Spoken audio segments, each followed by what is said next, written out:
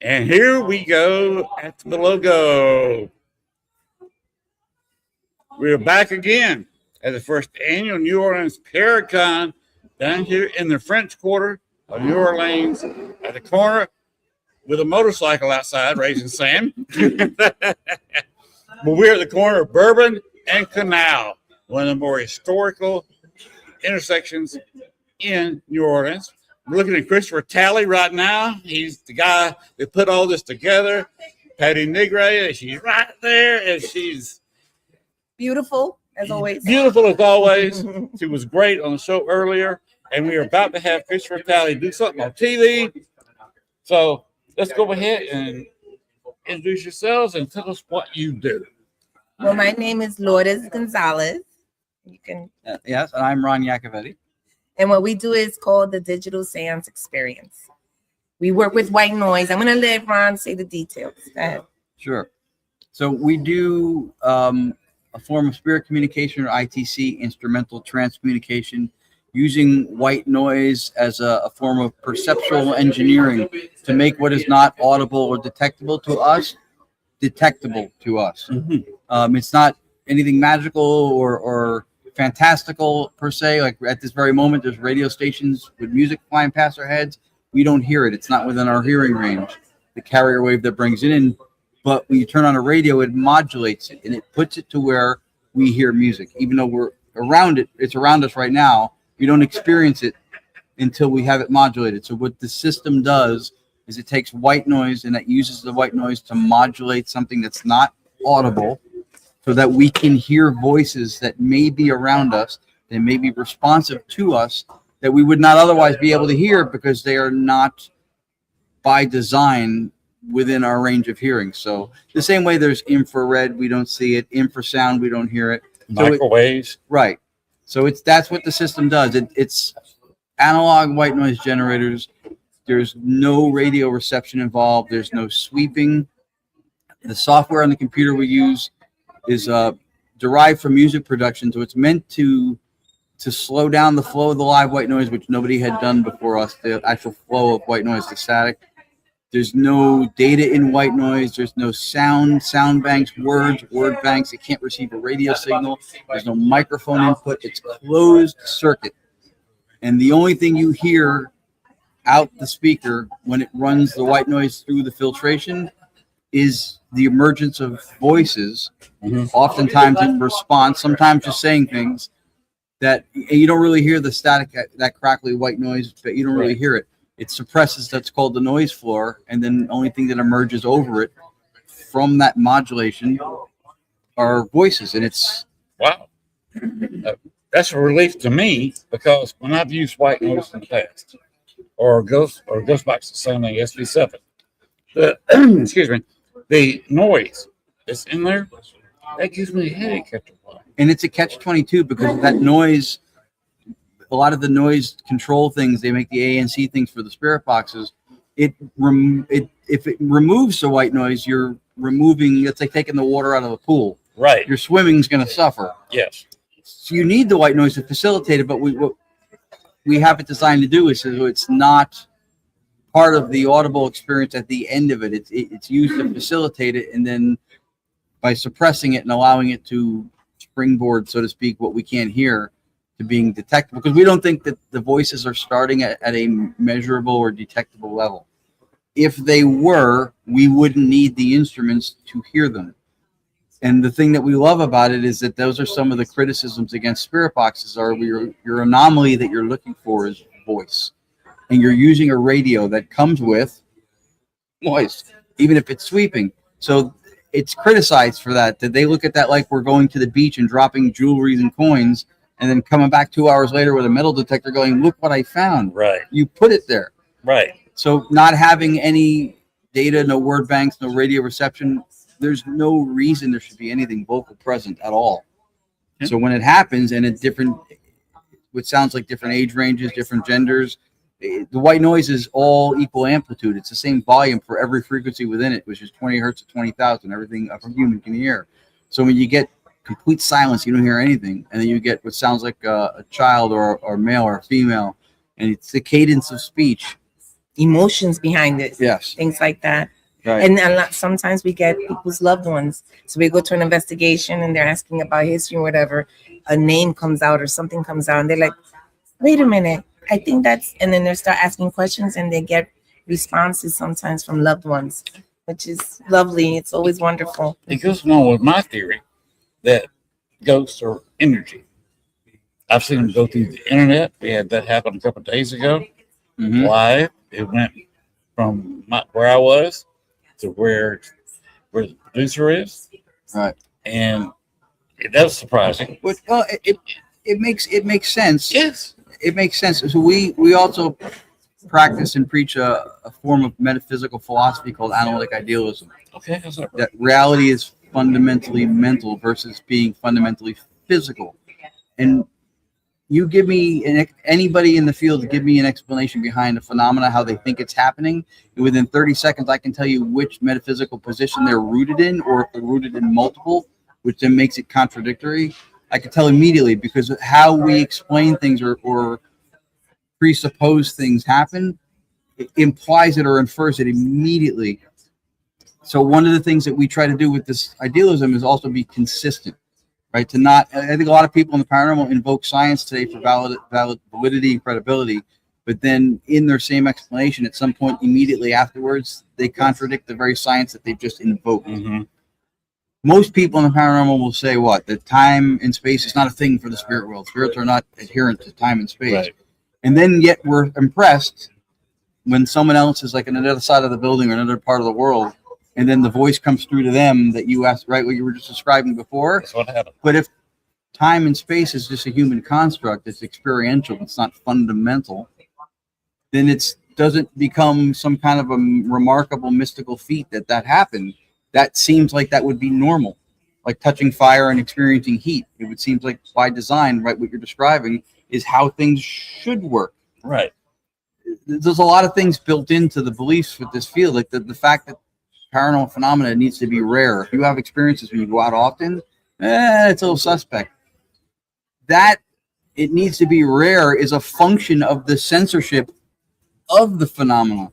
Is there's nothing that says that if this stuff is legitimate, it shouldn't happen often. That's not. Why would that be the case? So when you say like the ghost or the energy came to you and then to the producer, we believe that it's energy, but it's for us, it's starting with the mind, mental, which our thoughts are energy too, right? Everything is energy, but we think for us, when you start with energy, it's almost abstract because we believe it really starts from the mind, which is energy also, thoughts, mind, and there's still it still leaves room for that to happen. For what you're discussing. That is my theory as well. In my research, 25 years, that's what I think. Exactly what you said. And so there's no argument here. Yeah, on the same page here. Yeah, I think a lot of times some of the differences too in the field come from explaining the same thing two different ways, but not saying something different. Sometimes we find that there's people saying the same things, but they're just describing it with different descriptive words. But they're saying the same. They don't even realize it, and they're going back and forth with the same theory with just different descriptive words. So, Well, we're calling it energy here. okay, If you're more of a religious type of person, you may call it so.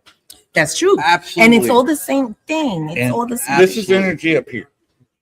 We run on electrical energy. When you die, there's one thing that's true in physics. Once energy is created, it cannot be destroyed. It can change form, but it cannot be destroyed. Right. Where does all this energy, especially in the absolutely amazing human brain, and it is truly amazing, I believe. Best computer on the planet right here. When the body passes away, where is this energy go? You know, for us as idealists and what we believe, they're all around us right now. Yes. That's it. Yeah. For us, they don't physically go to a place. They don't physically go anywhere. They're always around us. They're right here. It's just that they've moved on. They've passed over there, and you now are not able to see them anymore. That's all. Actually, in this Ray room Thursday, I did my regular show right down there. and we did a little echo box session afterwards. I asked Gwen, you're standing right there, just a few feet away, a little bit closer. I said, can you say hello to Gwen? The spirits in New Orleans, can you say hello to Gwen? Voices, hello, Gwen. Yeah. And that's more what we're talking about, isn't it? Mm-hmm. Mm-hmm. Yeah, essentially. Yeah, I think she's spot on. We think under idealism that reality is fundamentally mental, and science is in league with that. Quantum physics says that physicality, physical things, are the result of observation and measurement. Physical things don't exist outside of that, and then when you measure or observe them, then you see what their parameters are. Physicality is a result of observation and measurement. You couldn't have quantum entanglement if particles were little marbles that were separated by millions of miles. One could not affect the movement of the other.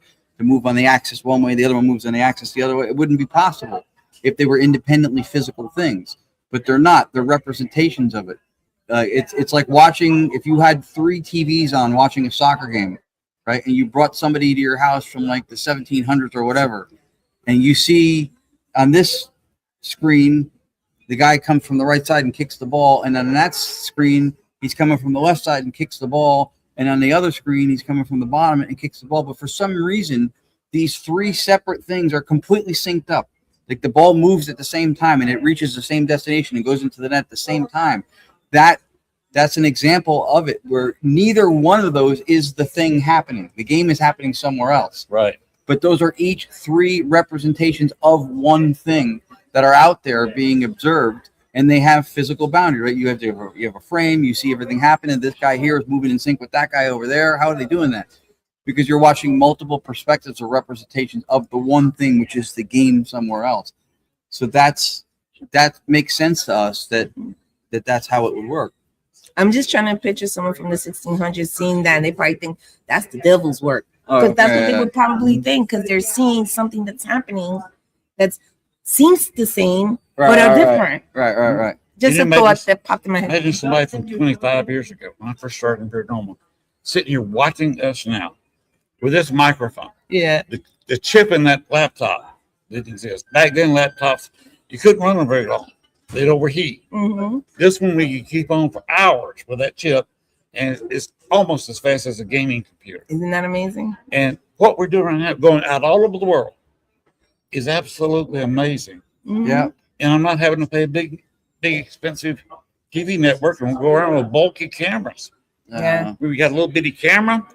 I know. I'm trying to remember whose quote it was. I'm drawing a blank on the name, but it's any significantly advanced piece of technology is indistinguishable from magic.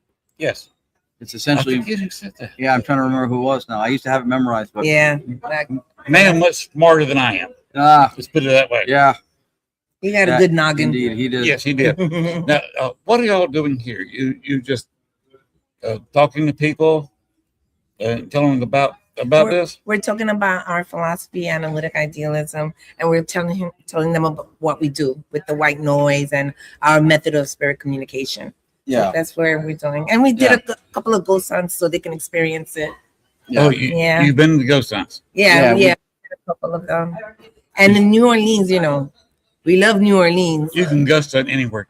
You Yeah. can go in an outhouse and ghost hunt.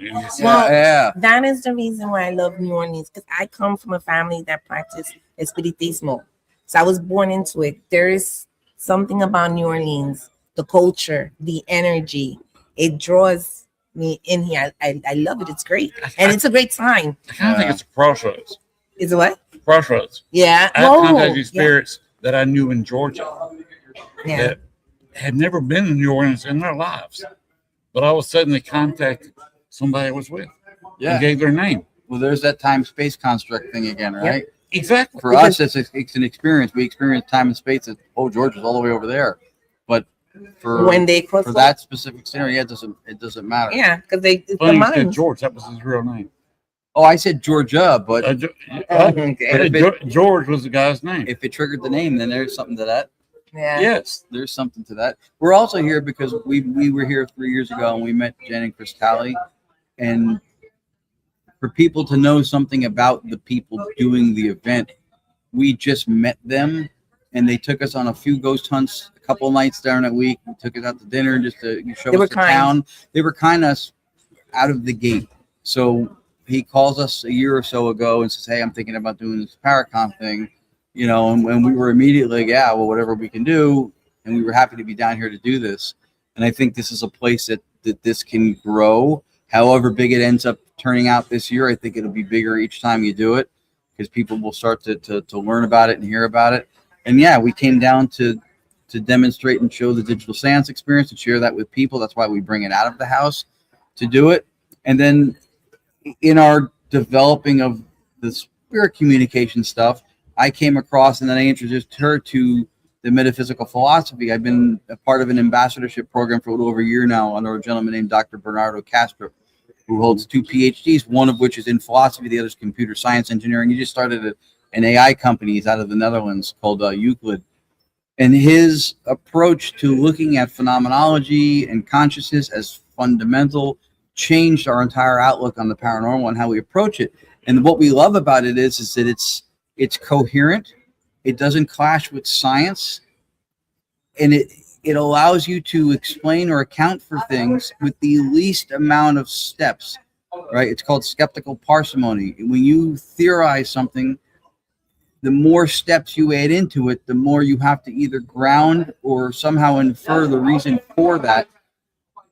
When you take things out of a theory, you don't have to ground it in anything. It's just, as long as it remains coherent, and then the fact that you're removing things from it, it gains strength from parsimony, from being a more efficient theory.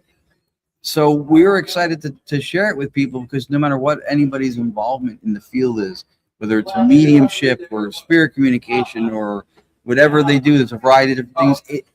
It allows for that phenomenology to be real and to be validated or credible or whatever you want to call it, without having to jump through the impossible hoops that a metaphysical position that doesn't allow for it does, because that's, I think, the biggest problem.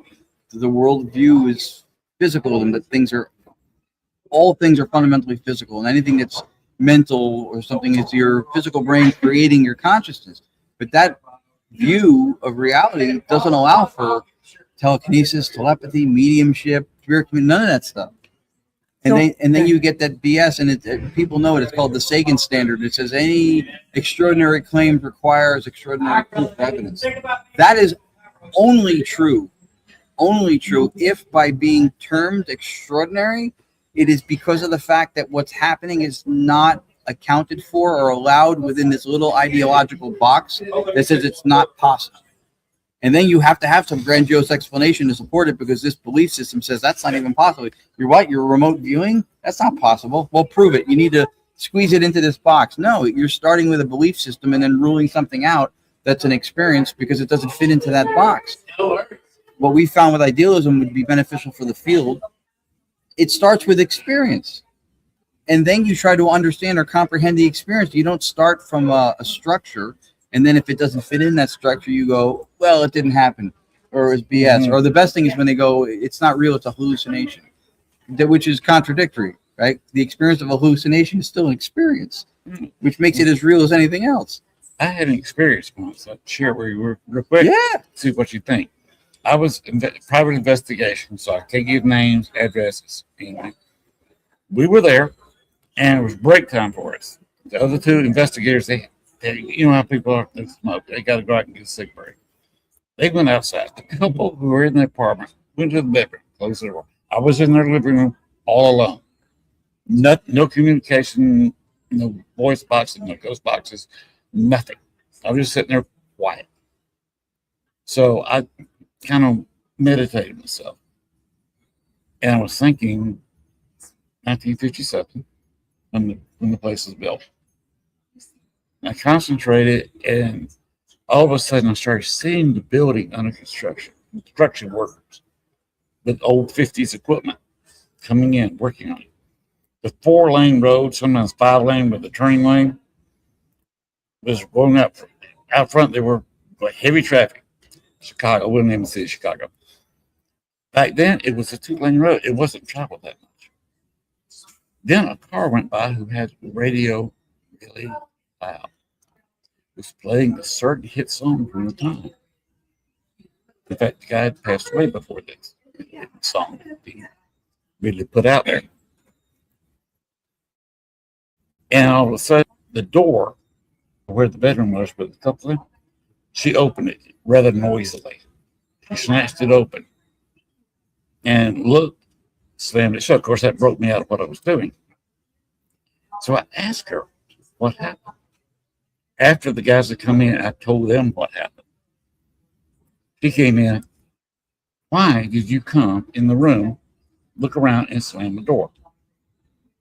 She said, I heard music that was so loud, I thought you were listening to a radio in here. And there's no radio in the room. There's no stereo, no nothing in that room. Yeah. I said, out of curiosity, can you name the song? Sure. So, yeah, it's Buddy Holly and the Crickets. Yeah. I told the other two the name of the song, Buddy Holly and the Crickets. She named the song that I told them. Mm-hmm. Yeah. And how do you explain that?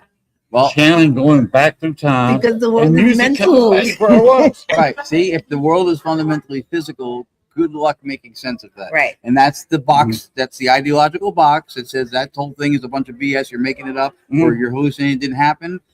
But if the world is mental, which again is in league with what quantum physics and science tells us, then It makes sense that can happen. And It's that's a why I wanted to mental verify, thing. but telling my compatriots the name of the song and what happened Mhm. while they were in the room, and she could hear guys whispering. Mhm. yeah, And then there's no way. if you really think about that, when they say that everything exists at the same time and things like that, then it allows for something like that. If the world is mental, right? You are seeing a vision, hearing a song in your mind where she walked in the room and could physically hear it. Why? Because fundamentally the world is mental. And so everything can exist all at one time and not exist in all at one time. Everything that sounds hokey pokey-ish, whatever, yeah, it can exist under idealism, under that the world is mental. yeah. Under idealism, take it out of all there, it is mind, It and goes then everything else is an excitation or a configuration, The a energy. pattern of right.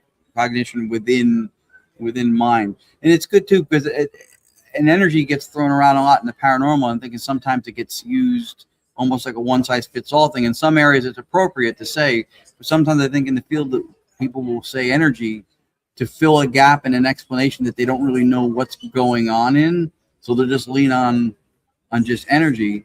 And the thermodynamic law that you mentioned before is important. It always gets truncated though too. It's cannot be created or destroyed within a closed system. I mean, ultimately, that's why we would still say not created or destroyed, because we don't know of any boundaries to the cosmos. So we can't assume a closed system. It could be boundless, right? We don't know how far it goes. But what part of what's at play with that is what's called entropy, where a system seeks equilibrium, right? A refrigerator stays cold because it's being acted upon by an outside source. So when you talk about not created or destroyed, the rest of the sentence is within a closed system. When you have a refrigerator, something's expelling the heat, maintaining the cold, so that's acted upon by something outside of it. Coffee, when you see the steam coming off of it, and it goes from being hot, higher vibration, to colder, which is usually how it works. That's entropy. That's the system releasing energy to equalize itself back to a normal equilibrium. So it's important, I think. But like everything you had, if somebody tell you didn't have that experience, you would be like, no, I did. Mm-hmm. So we start from experience, and I think sadly, the field grew to a place where there was a need for people who go by the idea of the role of a debunker or even skeptics. I think you should have skepticism. Yes. But I think we have debunkers for the same reason that we have over the top sensationalized YouTube stuff, that the system seeked balance, right? There was so much over sensationalizing. Everything's a demon. Things are out of control, faking stuff, whatever. And the community went, well, hold on. We need to police that. Boom. And then you have the birth of the debunking community. But they're no better because they're also going in with a bias. It's just the other end of the bias and the people who are exaggerating stuff. So and I always say the answer is somewhere in the middle, or at least some of the answers. We may not know it all, right? We're not going to figure it all out, but the answers are somewhere in the middle. Let's just leave it at that. Are y'all going to be back next year? We hope Are so. you having a good enough time? We're having a great Yeah, time, and I hope we're invited again next Yeah, year. if having a good time is the criteria to be back, we'll be back. Yeah. They're doing a great job. I think taking care of the people and treating everybody right and doing the best to make the experience nice and enjoyable for people and the place they're having it. I think they did a good job on that. The Beautiful panel, Yeah. the education, the culture, everything that they presented here was really, really The it was ghost sunset fantastic. night. The ghost That's sunset amazing. night, that was nice. Where can I mean? And the food, Paracons- guys, the food. Yeah, no other Paracon has the food we have. Here. No. The No, food. yeah, that's a hands down here. And not many of them had the ghost stunts No. that Christopher and Jennifer had planned for everybody. And one thing that I have to say about New Orleans itself is it's one of our favorite places is the Shiny Hotel. And this is nothing. We have a couple Shiny Hotel where every time we go In New York State. in New York State, there's activity because of where it is and where it's located. Whatever it is, but New Orleans is a whole city, guys. Like this part here is there's the energy here. Wherever you go, you're gonna pick up something. Like if that's what you're seeking, you're gonna pick it up. Whether it be EVP, Ghost Sound, whatever, you're gonna get activity. Why? Because this is rich with that energy, with that culture, and it's a great place to visit, especially if you're a paranormalist. Well, I like to say it doesn't matter where you've played before. New Orleans is a brand new game. Mm-hmm. It's different. Yeah. Because Yeah. I actually got permission from Marie Laveau to basic ghost hunt down here. So I don't have any trouble with anybody. Oh, good. You don't want to trouble from her. Mm. And no, I don't want to piss her off. No. I don't want to piss any ghost off. They will We don't want to piss nobody off.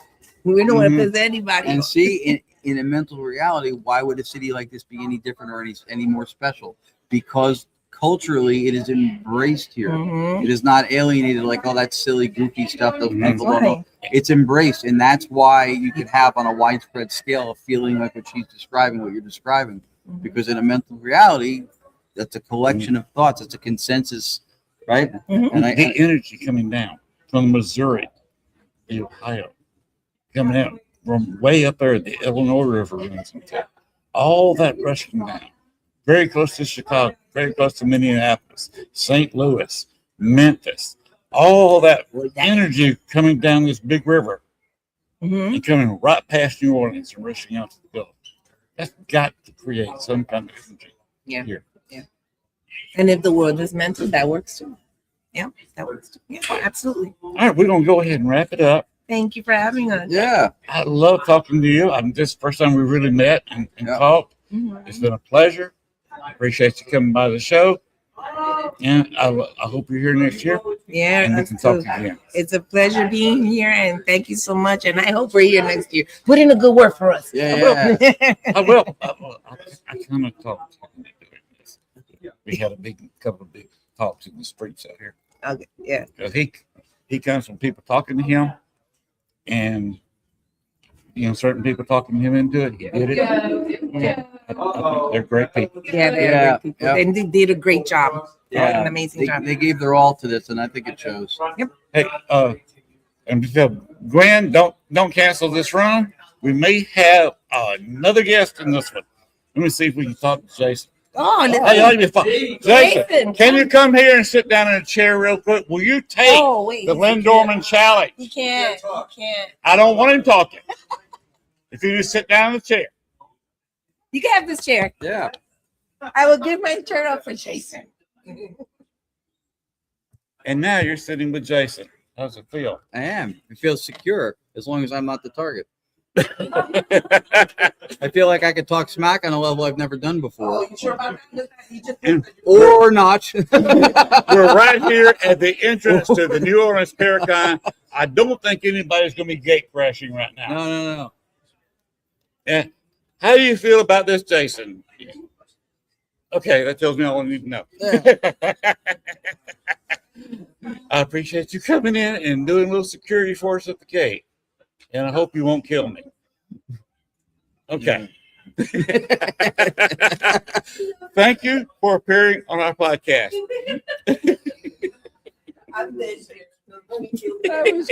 That was good. That was good. He does not break character. All right. let's go ahead and end this on that note. Gwen, take her away.